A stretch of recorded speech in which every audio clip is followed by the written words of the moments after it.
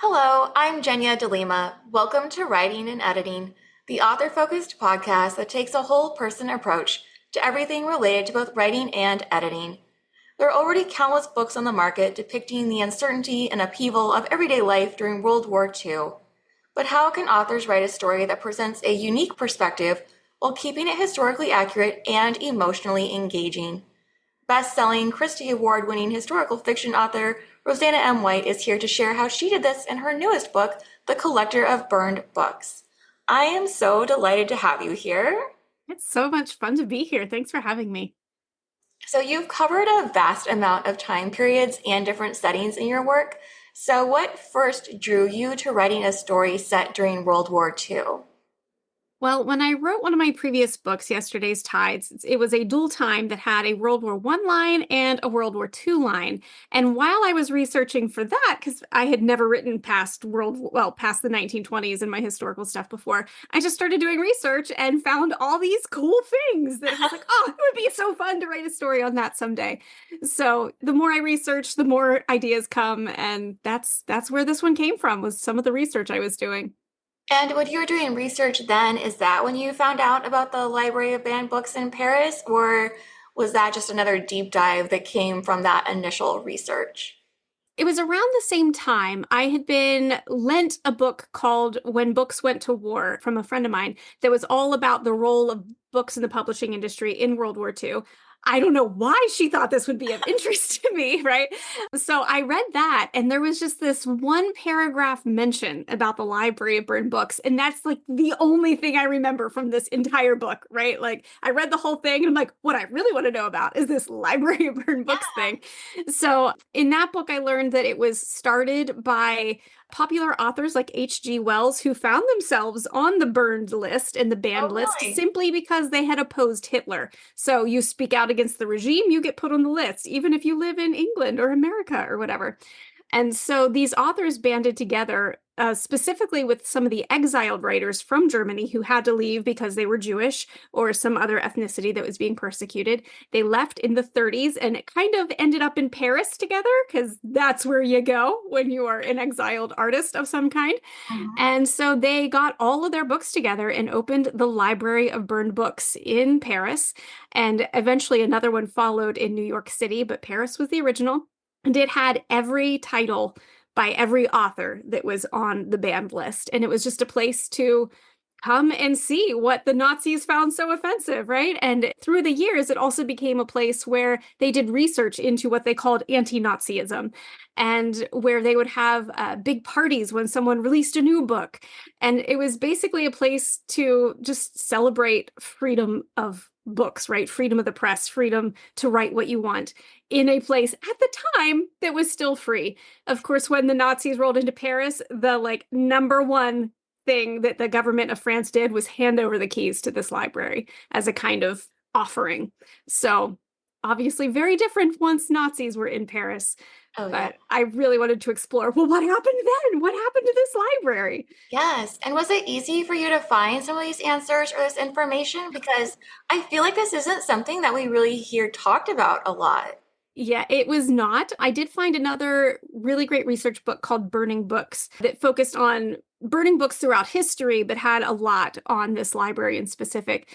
And basically, no one knows what happened to it when the Oh, Nazis came into Paris. Burning Books had no idea. They just said, we don't know. When Books Went to War said that they kept it under lock and key, which I found very curious because most libraries that were filled with books that the Nazis didn't approve of were just shut down, and the books were stamped as verboten. They were sent away, they were burned. But this one said kept under lock and key. So there was no other information to be found. We know that by the end of the war, only a few of these books that had been in the library had surfaced. Some had ended up in the National Library in Paris. hmm. Most, we don't know what happened to them. So it got to be pure fiction. I got to just imagine what would have happened to them because, yeah, there was no information to be found. Yeah, so how did you decide then to fill in those gaps? Did you lean into just, again, pure fiction, or did you try to find something that seemed like it would be a pretty believable answer for how people might have reacted or what they might have done, like with Corinne? I always try to base it in what's likely, but of course, this is also pure fiction. I have written a lot about espionage and intelligence in the First World War, so I thought it would be really fun to kind of pull that into the Second World War and say, okay, well, I already have some characters who were in France from the First World War who were English. What if they were still there? What would they be doing to try to help the Allies after the Nazis came in and were occupying the country again? And so I was like, all right, well, I'm going to say I have a French heroine who has some secrets hidden in the library. We have to give her a reason to want to be in there. So Yes. she's actually a neighbor. She lives right next door to the library. And then I thought, okay, I want to have a perspective inside the library during the war, which necessitated having someone in the Nazi party who would have been assigned there. Mhm. And this was the tricky part, right? How do I make a hero who's a Nazi? Right. The answer being he was forced into the Nazi party and he was forced into a military rank. So there was a specific rank. I'm probably going to mangle the pronunciation, and I am sorry for that. Sonderfuhrer is how it's spelled. I don't know if that's how it's pronounced. And it was a rank specifically created for civilians whose expertise the military needed. So they made Sonderfuhrers of librarians, of artists, of professors, of engineers. Basically, anyone they needed to send into the field to do something, they would give them a military rank so that they would have some authority. But they were forced into it. It was not optional. You do it or someone pays. So I have my librarian professor hero who's forced into this role. And so he views it as I'm going to come and do what I can to protect the books. Mhm. And so there was actually the rank given to this person in Paris was called the library protector in German, but it translates as the library protector. So I created my fictional library protector who actually does want to protect libraries. It's not just, saying, oh, I'm going Right. to protect libraries by getting rid of nasty stuff. Now, that does bring up another interesting question, and that is the moral dilemmas that so many people face whenever there's any type of wartime conflict or having your country invaded, and then doing things that you never would have done if you weren't put in those circumstances. So, how did you talked a little bit about how you explored it with Christian's character, but how did this come out with both of them and even their interactions with each other? Yeah, it's always a question, and it's a question even in, normal non-war times, right? Like, what do you take your stands on? What's the hill you're going to die on? And what's just like, yeah, I don't need that conflict in my life, right? Right. So, I don't think it's something that has one simple answer, but I think it is something we all need to ask ourselves.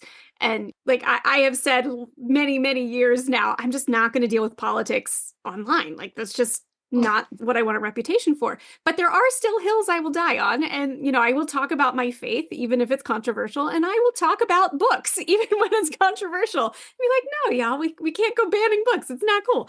So I think with Corinne, I got to explore the occupied perspective, right? Of Oh, you yeah. don't know who to trust. You don't know who is thinking how you're thinking and who is saying, well, I just need whatever's going to be normal. I just need to get on with my life.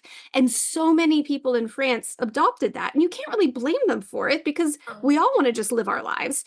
And so they were doing it in the best way they could in an occupied country. But there were others who were like, no, I cannot compromise on who I am and on what I believe. And I cannot give up my country, even if it's occupied. So there was a big movement, that was linked to the resistance, but even in the arts community, one author wrote very early on in a magazine article, there is a France that cannot be invaded.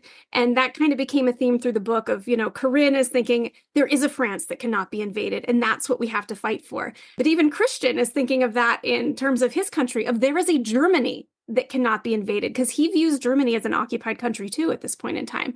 And so what is that? What's the country we love that exists apart from party politics, that exists apart from whether we're occupied or at war or whatever? There's some ideal to our countries that we love, and we're raised to love them.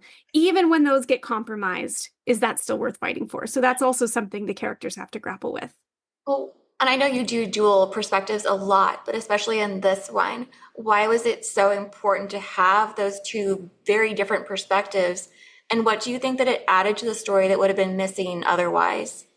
Yeah, I think it's so important that we don't villainize people, even when they are our enemy, even when they're on the opposite side, even when we fully believe they are evil, and even when they are out to get us, we have to remember that those people are still beloved children of God. Even if they've rejected it, God still loves them. God loved them so much, he sent his son for them. And as Christians, that can be so challenging to us because we see that they're, trying to downplay Christianity or they're opposed to Christianity. Mm. Sometimes they're not, that they are also claim to be Christians, but we see ourselves as so different from them. And are we really? Or would we fall into the exact same traps that we think they've fallen into if the situations were reversed? So having these dual perspectives kind of helped me explore the themes of what does it really mean to take a side, and who are we at our core, and what decisions would we make when put in a hard spot? And quite often it's not what we think. When you look through history, there were all sorts of wonderful people who turned blind eyes because they don't want to deal with something, or who made a choice that they never would have thought they'd make because they were, put in this tight spot. So I just love to encourage us all to think with that heart of compassion and to always be willing to hear someone else's story because it's going to show you something you didn't know. Mm-hmm. Well, so going back more to the time period, why do you think it's important to have something that's undeniably unique about a story that is set during a time that's already been depicted at length in fiction? Yeah, that's always the challenge with I consider World War II its own genre at this point. Like there are so Yes, many World War II books. Like it's not just a subgenre of historical fiction. It's like its own genre. I And know. I thought I'd never write in it because it's so overdone. But when you find those unique perspectives in something, it gets really exciting because people already know enough about the general era that Mhm. it's not a whole new world you're building, right? They're familiar Right. enough with it that you don't have to explain every single little thing. You can focus on what makes this story unique. And that's what I really loved about the world of the collector of burned books is everyone knows about Nazi occupied Paris, but very few people know specifically about the literary culture in Right. Nazi occupied Paris. Yeah, that's a really good point. And this reminds me of something that I read in an article not that long ago. And they were saying, well, this was a book or writing about the 1950s. And they were saying it was very similar then. You don't have to describe the diner in detail, for instance, because we all have a pretty good idea of what a 50s style diner looks like. Yeah. And so, yeah, I would think that would help with cutting back on all the exposition. And you're able to create that more immediate, urgent sense of what's going on and dive a little bit deeper into the emotions of the characters and then their connection. Exactly. And I always joke that I write about wars, but you rarely ever see the war in my books. They're always about the people during a war. It just happens to be said during a war. Yes, but I think that's what makes sense, really, though, too, because that's who we connect with. That's how we find a story that we love and is memorable, and then we want to share with other people because we don't really tend to talk about a concept or something in the same way that we talk about a character we loved and felt like could be our best friend or who we felt sympathetic toward or struggled alongside with, where we did see those same philosophical questions come up that then made us think and wonder, well, what would I do if I was in this same situation? Exactly. Well, were there any differences that you came across when you were trying to find details to incorporate here versus when you've written about other time periods? There's a lot more information out there, and I mean there's a lot more media, right? Because everything was filmed, and there's audio recordings and there's film of stuff, and I'm not used to that with most of my historical eras, so that was certainly new, and also honestly a little intimidating because there is so much information available. I knew I could not read it all, right? I cannot Yes. become an absolute expert because there's just too much. So I had to kind of narrow my scope and be like, okay, I'm going to focus on learning about A through D for this story. And that's all I'm going to deal with right now. Yeah. Well, I was thinking too about what sort of everyday details did you include and how did this differ for each of the main characters so you really get a sense of what it was like for this person versus this person? Yeah, so I say I found it. It's a very well-known book by a prominent writer who was writing in a journal during the occupation. He refused to publish during the occupation because he didn't want to write for a Nazi-held company, and the only publishing companies still open were the ones that had agreed to bring in a Nazi, not an officer, but somebody, of the Nazi party to make sure they were only publishing approved stuff. So this Oh, fellow was just like, nah. So he just wrote in a journal and eventually after the war published this journal. So it was this wonderful insider perspective and it had everything, right? It had how hard it was to get food and how long they're standing in lines. It had how afraid he was to talk to his neighbors. It had the curfews and when the curfews changed oh wow. and just all these everyday details. But because he was an author and a teacher, it was also this exact perspective I needed of the literary world and the academic world. And those were kind of the two things I was focusing on. So it was just perfect. Like, thank you so much. Yes, I can see where that focus would be essential, especially if there is this abundance of information, because I could see it quickly becoming one of those like Costco type situations where, Yes. oh no, what am I choosing and what will I be putting in my cart and what will I be leaving on the shelf? So, Yep. yes. Yep. Exactly. So, do you try to think like your characters, or how do you go about getting into each character's mindset for depicting the world through their eyes? Yeah, I tend to view it as my character's lens. So each character has their unique perspective. And I started thinking about it as my lens back when I was writing Margot and the Number of Love. And her lens was all math. So everything had to be through that math filter. Well, in this case, Corinne and Christian have similar lenses in that they're both in academia and they both deal with books a lot. But they also have very different perspectives in that Corinne is one of very few female professors in France at the time, especially at, the elite university called the Sorbonne. There were like three in history at this point in time. I think I added her and her mom in, so made like four or five or something. But so she's had to fight tooth and nail to get where she wanted to be. And she had to really challenge the social norms at the time. Because while women were allowed to have higher education, they were still only permitted in certain boxes, right? Like England Right. had gone farther at this point, but France was still very patriarchal and very much like, we don't really want you here. So it was quite a feat for her to be a professor, and she's young. So that was her perspective. She's been fighting all her life. So I made her having been a very mischievous child, so we have those memories of getting in trouble. She was always a bit of a rabble rouser and troublemaker. Which And does fit well for what?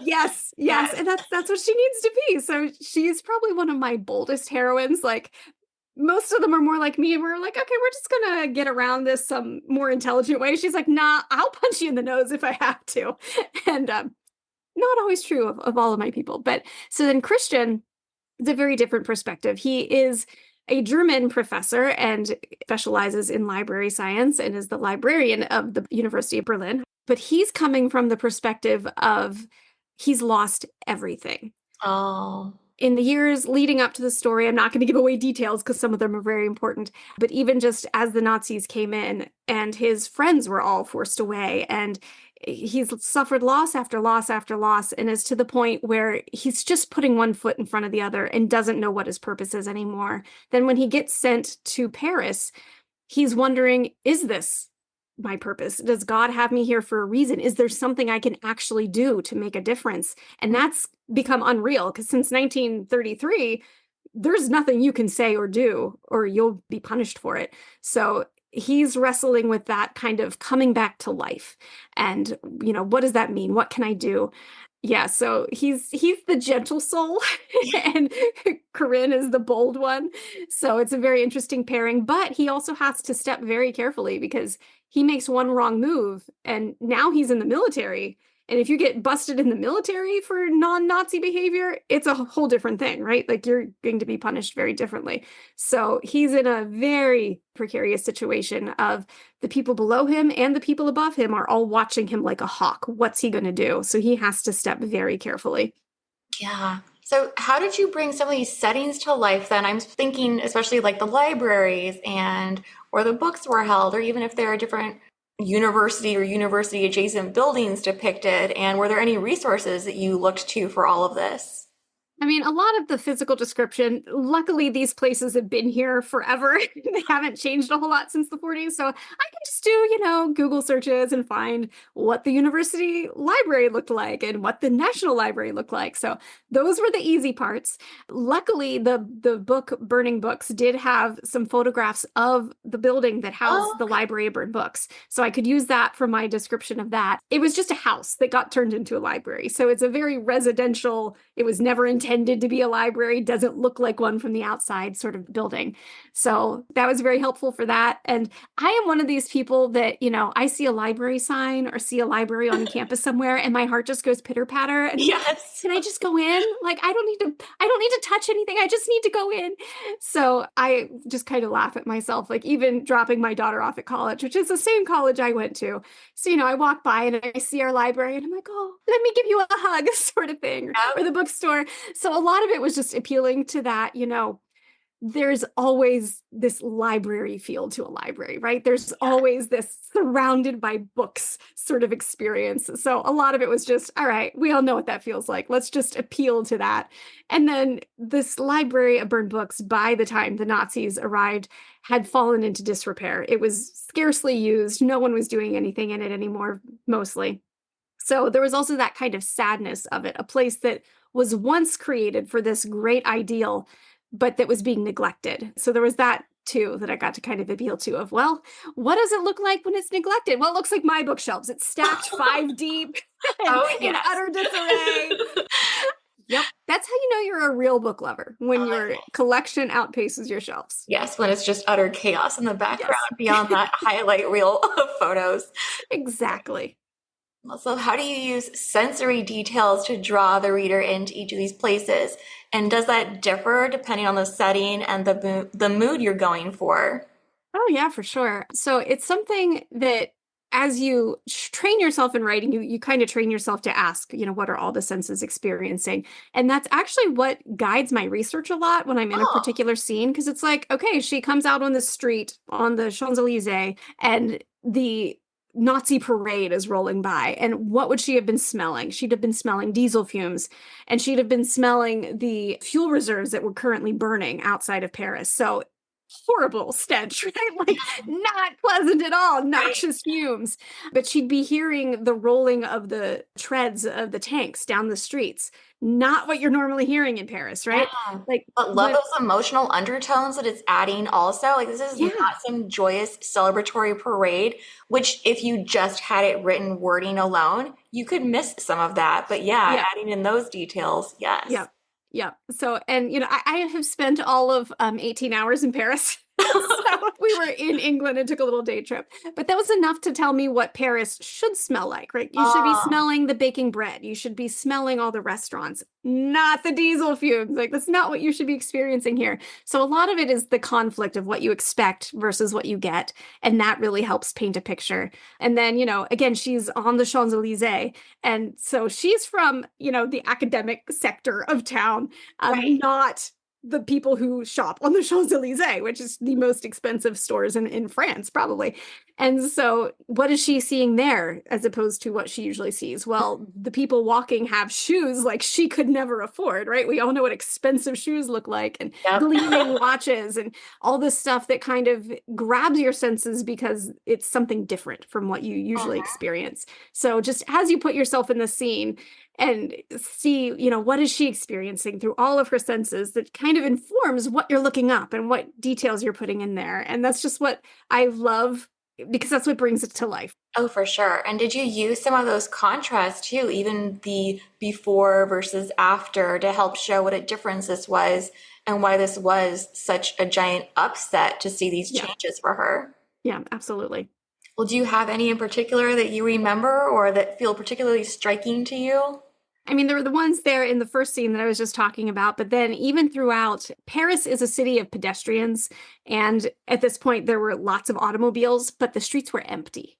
So Uh, most Parisians had evacuated. So there were only a couple thousand people left in the city when the Nazis arrived. And though they trickled back in over the course of months, it never became its full population again during the war. So you have empty streets, the only automobiles on the streets are German automobiles and the ones that the army brought with them. So you're used to seeing people walking around in their very fashionable clothes because Parisians are fashionable, even when, you don't live on the Champs-Élysées area. They were just always known for their fashion sense. So you're walking along the street, and instead of seeing the men in their suits and the women in their dresses, you're seeing Nazi uniforms. Oh, And in this dull, like green brown, right? You're not seeing the bright colors. And at one point, she notes something which I got from this diary that all the pigeons died because of the noxious fumes. It took a while, it took several weeks or maybe even a month or two. But there was a day where the author whose book I was reading said, it took me all day to figure out what was wrong. And finally, my wife said, oh my all gosh. the pigeons have died. So I had to have Corinne noticing that because if you've been to Paris, there are a lot of Yes. pigeons, so many Yes. pigeons.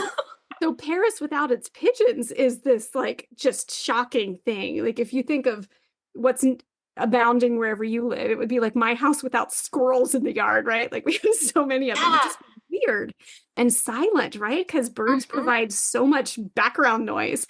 And to have that suddenly gone, it'd just be so shocking. Yeah, I was thinking that's really ominous as well because Yeah, it's almost one of those like signs of worse things to come. You think about right? even the forest when there's a fire or something that Hmm. you usually see the animals fleeing before you even realize that something is wrong.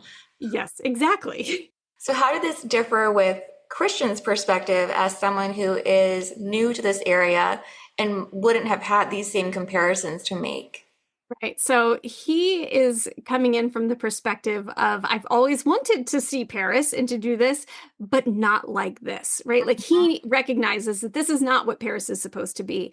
I should not be seeing German uniforms. I should not be hearing so much German being spoken, always some, because it was a very international city, but it shouldn't be like this. The swastika should not be flying from all these buildings. And as somebody who, as he puts it, I hated the Nazi Party before the rest of the world knew they were a problem, right? So this was really hitting him because he saw it come gradually in Berlin, Oh, right. but now in France, he's just seeing what Nazi occupation looks like, and it's horribly striking to him. Yeah, I can see that. So, as you were doing some of this research, and you mentioned a diary, which is intriguing.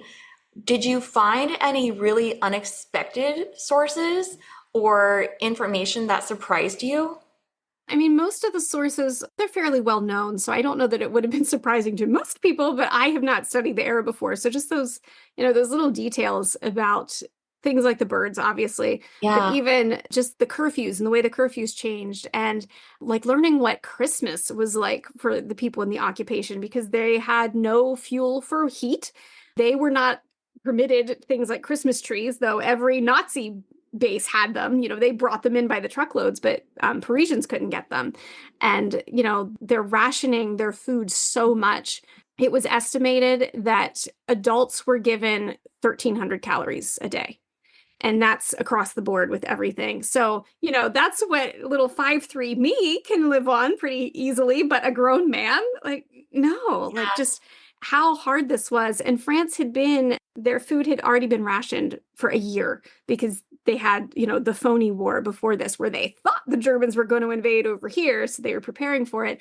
But so now it was not a choice. Like you had to wait in different lines for different things and go to different stores for different things and it just learning the details of that and how it kind of took what they had this kind of very relaxed approach to it before and now it was so regimented.